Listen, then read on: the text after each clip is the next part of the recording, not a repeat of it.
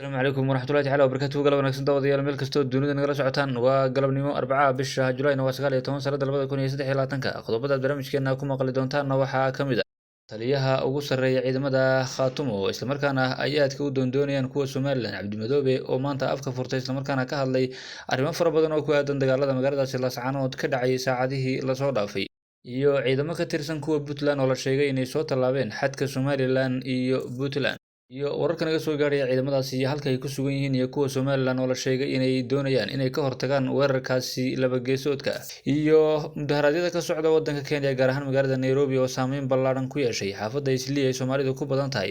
dad badan oo shacab ayaa ku dhintay iyo waliba qaar ku dhaawacmay iyo waliba guud ahaan hanti fara badan oo lagu boobay mudaharaadyada ka soconaya wadanka Kenya gaar ahaan magaalada caasimadda ah ee Nairobi ayaan soo qaadan doonaa iyo ilaa iyo haatan khasaaraha gaadhay Soomaalida iyo madaxweynaha wadanka Ruushka Putin oo la qorsheeyay inuu tago wadanka Koonfur Afrika oo cabsi jirta darteed uga baaqsaday guud ahaan booqashadaasi uu ku tagi lahaa wadanka Koonfur Afrika cabsidaasi oo ah in reer galbeedku ay xidhaan ama maxkamadda ICC-du oo mar hore u jartay xarig ama guud ahaan soo qabasho inay ku qabato wadankaasi Koonfur Afrika madaxweynaha dalka Koonfur Afrika ayaa arrimahaasi ka hadlay qodobadaas iyo qodobo kale oo faahfaahsan ayaad barnaamijka ku maqli doontaan saaxiibayaal soo dhawaada aan ku bilownay wararka naga soo gaaraya magaalada Laascaanood ee xarunta gobolka Sool ayaa waxay sheegayaan in dagaaladii ka dhacay magaalada Laascaanood saacadihii la soo dhaafay ay geysteen khasaare aad u ballaaran isla markaana ilaa iyo haatan kororka dadkii halkaasi ku dhintay uu kor u sii socdo oo guud ahaan dad badan ay ku dhinteen dagaaladii ka dhacay magaalada Laascaanood tan iyo shalay ilaa maanta oo meelaha qaar laga soo sheegayo in dagaalo ay ka dhaceen dad fara badan oo la garanayo ayaa ku dhintay dagaaladaasi oo ilaa iyo haatan ba la soo tabinayo waxaana kamid ah in ay ku dhinteen ama guud ahaan dagaalkaasi uu galaaftay dhalinyaro fara badan oo magaaladaasi Laascaanood laga yaqaanay sidoo kale kuwa dhanka Somaliland laga yaqaanay oo iyaguna dagaalkaasi ku geeriyooday inkasta oo labada dhinacba aanay ka hadlin khasaaraha ka soo gaaray dagaalka haddana waxaa soo baxaya xogo kala duwan oo sheegaya in labada dhinacba khasaare aad u ballaaran uu dagaalkaas ka soo gaaray taliyaha ugu sareeya ciidamada Khaatumo ninka ay aadka u doondoonaan Somaliland ee Cabdi Madoobe ayaa waxa uu guud ahaan la hadlayay qaar ka mid ah ciidamada Khaatumo ee ku sugan jiida hore waxaana uu sheegay in guud ahaan xilligan loo baahan yahay in la galo diyaar garow xoogan oo la doonayo in looga hortago Somaliland ama waxa uu ugu yeedhay SNM ee ku sugan duleedka magaaladaasi Laascaanood si kasta oo xaalku hadaba weli waxay u muuqataa in labada dhinacba ay isku hayaan gacan ku haynta agaarka magaaladaasi Laascaanood iyo guud ahaan magaaladaasi oo Somaliland ay doonayso inay mar kale dib ugu soo laabato halka ciidamada deegaankuna ay rabaan inay iska difaacaan ama waxay Somaliland ugu yeedho huwanta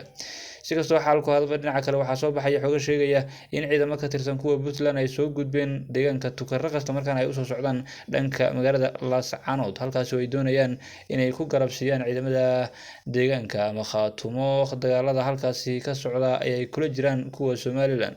Puntland ayaa marar badan lagu eedeeyay inay si toos ah ay uga qayb qaadanayso dagaalada halkaasi ka soconaya iyadoo la arkayay guud ahaan ciidamo xidhan diriska ciidamada Puntland oo halkaasi jooga isla markaana dagaalkaasi ka qayb qaadanaya walow Puntland ay iska diiday eedeymahaasi haddana waxay ahaayeen wax ay dad fara badan arkayeen oo ay guud ahaanba sheegayeen in ciidamo ka tirsan kuwa Puntland ay halkaasi ku sugan yihiin walow dadka qaar ay ku doodayeen in ciidamada halkaasi jooga ay yihiin ciidamo Puntland joogay balse hayb ahaan ka soo jeeda magaaladaasi Laascaanood oo markii uu dagaalku bilowday u soo kici timay dhanka Laascaanood si ay dadkooda iyo deegaankooda ay u difaacdaan si la mid ah qaar ka mid ah ciidamada militariga ee Somaliland oo markii hore ka tirsanaa ciidamada Somaliland balse markii dambe u soo goostay dhanka deegaanka ama ciidamada deegaanka si ay halkaasi uga qayb qaataan Khaatumo dagaalada ay kula jirto Somaliland si kastoo xaalku hadaba waxaa haatan ay u muuqataa sida xogaha na soo gaadhay ay sheegayaan in Puntland ay doonayso inay si cad uga qayb qaadato dagaalka ka soconaya magaaladaasi Laascaanood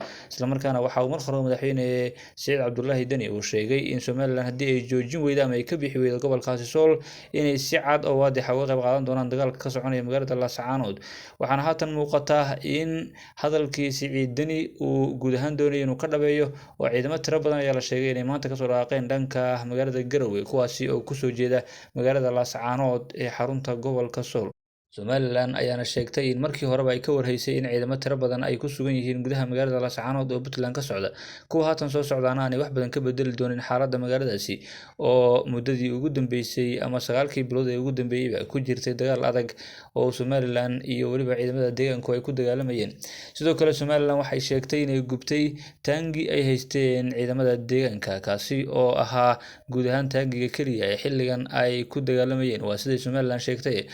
balse ciidamada deegaanka ayaa beeniyay guud ahaanba arrintaasi oo sheegay inaanay waxba ka jirin. Taangi iyo weliba taangiyo kalena ay haystaan oo ay ku dagaalamayaan, hubka culusna haatan ay guud ahaan ay soo qaateen ama qaarna ay soo gateen, qaarna ay dib u soo kiciyeen oo meelo kale ama deegaano kale laga keenay. Si kasta oo xaalku ahaadaba, ganacsade Jabuutaawi ayaa isaguna la sheegay in wiil uu dhalay oo ku dhintay dagaalka oo uu ka mid ahaa dadkii shalay ku dhintay dagaalkii Laascaanood ka dhacay. Jabuutaawi oo aad looga yaqaano gudaha Laascaanood iyo guud ahaanba deegaanada ku xeeran ayaa waxa uu ka mid ahaa ganacsada ugu waaweyn ee gobolkaasi Sool, waxaana uu bilowgii dagaalkaba uu ku biiray Khaatumo, islamarkaana uu sheegay in guud ahaanba uu Somalilan xariga iyo xiriirkaba u jaray. Waxa uu sidoo kale markuu dhawaaqay inuu yahay madaxweynaha ku-meel gaadhka ah ee maamulka Khaatumo, walow markii dambe arrintaasi ay guud ahaan suurtoobi weyday. Waa tahay haatan aan eegno wararka naga soo gaaraya waddanka Kenya. Waxaa waddanka Kenya maanta ka socday mudaharaadyo waaweyn oo rabshado watay, kuwaasi oo saameyn ballaaran ku yeeshay noloshii dadka guud ahaan waddankaasi Kenya, gaar ahaan magaalada caasimadda ee Nairobi ayaa waxa ay isku fara saareen ciidamada booliiska iyo weliba dadkii mudaharaadka sameynayay, kuwaasi oo kasoo horjeeda dowladda William Ruto, taageerayana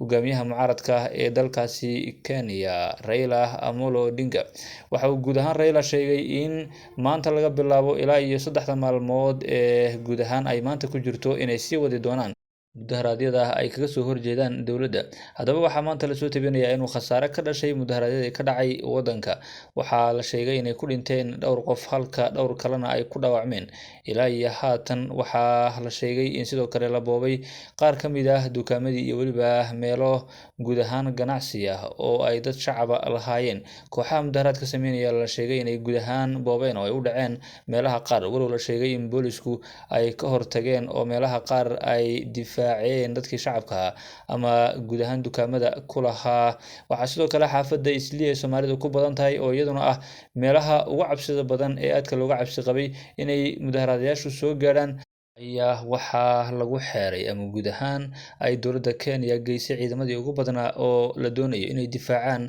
guud ahaan ganacsiga Soomaalidu ay ku leedahay xaafaddaasi Islii iyo agagaarka deegaankaasi ay Soomaalidu aadka u degan tahay. Si kastoo xaalku hadaba ilaa iyo haatan lagama soo sheegayo wax dhibaato ah oo soo gaadhay dadka Soomaalida ee ku dhaqan xaafaddaasi Islii, balse waxaa guud ahaan xidhan dukaamadii iyo weliba xarumihii ganacsiga oo mashquulkoodu aad u badnaa, taasi oo la sheegay ama dadka ganacsada ay sheegeen in khasaare ballaaran uu ugu sugan yahay marka la eego dadkii halkaasi ka dukaamaysan jiray oo iyagu guud ahaanba aanan halkaasi usoo dukaamaysi tegin, islamarkaana waxaa xaaladdu ay tahay mid cakiran oo aan la ogeyn waxa dhici doona. Waxaa sidoo kale soo baxaya xogo sheegaya in la xidhay mas'uuliyiin ka tirsan axsaabta mucaaradka ee waddankaasi Kenya ama gaar ahaan xisbiga Azimio ee uu hogaaminayo Raila Odinga. Waxay isugu jiraan xildhibaano iyo weliba mas'uuliyiin kale oo horboodaya mudaharaadyada ka socda waddankaasi Kenya. Waxaa sidoo kale ay sheegeen xisbiga mucaaradka ee Azimio in la afduubtay mid ka mid ah ilaaladii hogaamiyaha mucaaradka ee waddanka Kenya Raila Odinga, oo ilaa iyo haatan aan la ogeyn meel uu jaan iyo cirib dhigay. Akhyaarta sharafta leh wada nagala socoto tan iyo kulanti dambe, nabadgelyo.